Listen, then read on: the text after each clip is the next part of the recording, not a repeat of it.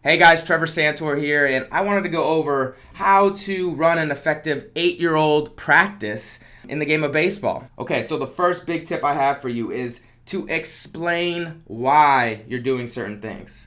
As an 8-year-old, when they see baseballs and they see bats and they just want to pick them up, throw them, and not really, work on things. And so it's very effective for them to understand why. So as a coach, explain why you're doing certain drills the way you're teaching them so that they can start to understand and not just go through the motions to go through the motions.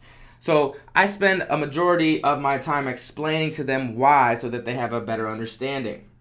And so after we kind of go over the practice, what we're going to do, we definitely must stretch and throw. So we stretch for a good 10 minutes, some stationary stretches, and then we go into more of a dynamic stretch routine to get the heart rates going, to get blood flow, and to warm up their bodies.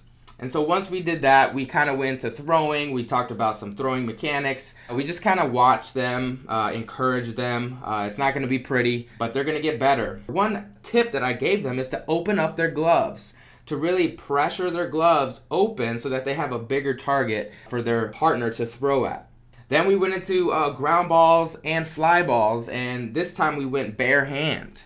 I wanted to teach them that their hands must be soft to catch a baseball either in the air or on the ground. After we did that and I explained why, we grabbed our gloves, and we also used our gloves to catch ground balls and fly balls.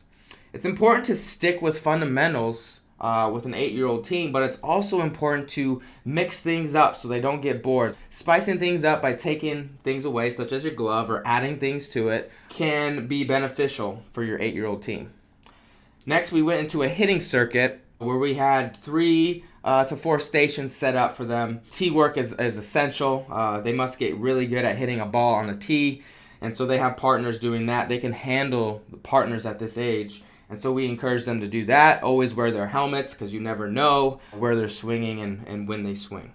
We did some front hand toss so that they can get really good at hitting a moving baseball. And I even start challenging them with balls overhand, regular batting practice, because they're at that age where they're going to need to start doing that. And so through trial, failure, and repetition, we were able to make some solid contact, get these boys' confidence up, and they were having fun knowing that they can actually play this game of baseball, and that's key and very important. And lastly, we did base running because they're starting earlier and earlier now to really get leadoffs and steal bases. And so you have to really run through the basics. You have to teach them which foot to take their first step off.